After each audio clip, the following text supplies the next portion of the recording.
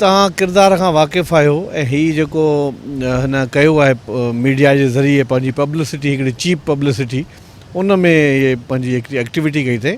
मां नथो सम्झां त असांजी पार्लियामेंट जो कोई बि मेंबर चाहे गवर्नमेंट हुजे या चाहे अपोज़िशन हुजे का अहिड़ी शइ कंदो ऐं न का अहिड़ी शइ आहे बि सही। हीउ रुॻो बेबुनियाद ख़बरूं ऐं उन्हनि ते पंहिंजी सस्ती शोहरत हासिलु करण लाइ हरकत कई वई आहे। इहो बिल्कुलु शोशो आहे। ॿियो वरी जीअं हरीम शाह ॿियनि माण्हुनि खे ड्रामा कंदी रहंदी आहे, थी सघे थो त को ॿियो माण्हू मिनिस्टर थी हिन सां कुझु ड्रामो करे वियो हुजे। उन्हनि सभिनी शयुनि खां ध्यानु हटाइण जे लाइ हीअ हिकिड़ी नई प्रोपेगेंडा कई वई आहे। उन्हनि जी पालियल आहे, उन्हनि जे इशारनि ते हले पई। हरीम शाह जी ॻाल्हि ॿुधायां त मुंहिंजे ख़्याल में इहा टोटल ॻाल्हि ग़लति पई लॻे।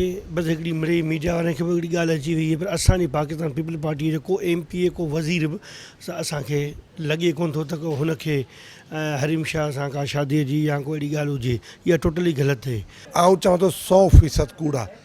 ऐं अगरि इहो इनखे मुंहिंजे ख़्याल सज़ा मिलणु खपे जेको हिन मीडिया में स्पेस क्रिएट कयो आहे, जेको हिन ॻाल्हियूं कयूं आहिनि। माण्हुनि जा घर ख़राबु पिया थियनि, माण्हुनि जी फैमिली ख़ाम कई।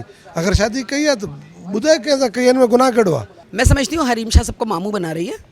कोई वज़ीर जो है वो इस तरह क्यों करेगा, और शादी करना कोई जुर्म नहीं है। अगर किसी वज़ीर ने शादी की होती तो यकीनन हमें पता होता, और हम भी आपके साथ सारे मीडिया को बुलाएंगे और अपने बहनोई से जो है वो मिठाई खाएंगे। ख़ुशि आहियूं त असांजी भेण असांजी न्याणी शादी कई आहे, ऐं इन ख़ुशी जे अॻियां इहो सुवाल बिल्कुलु कोई बि अहमियत नथो रखे त कंहिंसां शादी कई आहे, किथे शादी कई आहे, कीअं शादी कई आहे। पर सुवाल इहो आहे त शादी कई आहे, ऐं जवाबु इहो आहे त तमामु सुठो।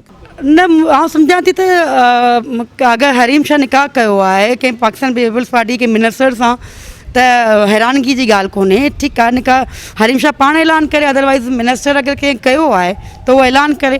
ऐं एॾो वॾो इनखे एतिरी प्रायोरिटी ॾियणु, पाकिस्तान में एॾा मसाइल आहिनि, प्रॉब्लम्स आहिनि, असीं उन्हनि ते डिस्कस करियूं, न कि भई असीं हरीम शाह ते 3 ॾींहंनि खां वठी असीं हरीम शाह ते डिस्कस पिया करियूं। हिते मौजूदु चूंडियल मेंबरनि जूं अवी ॻाल्हियूं ॿुधियूं। हुननि जो इहो चवणु आहे त हरीम शाह जेकॾहिं शादी कई आहे त उहो उनजो नालो ज़ाहिर करे, पर हुन पारां जेको आहे त पीपल्स पार्टीअ जे MPs या वज़ीरनि ते जेके इल्ज़ाम आहिनि उहे कंहिं मुखालिफ़नि जे चवण ते हणी रही आहे। कैमरामैन गुलाम मुस्तफ़ा सां गॾु अब्दुल ख़ालिक मंगी, सन TV न्यूज़, कराची।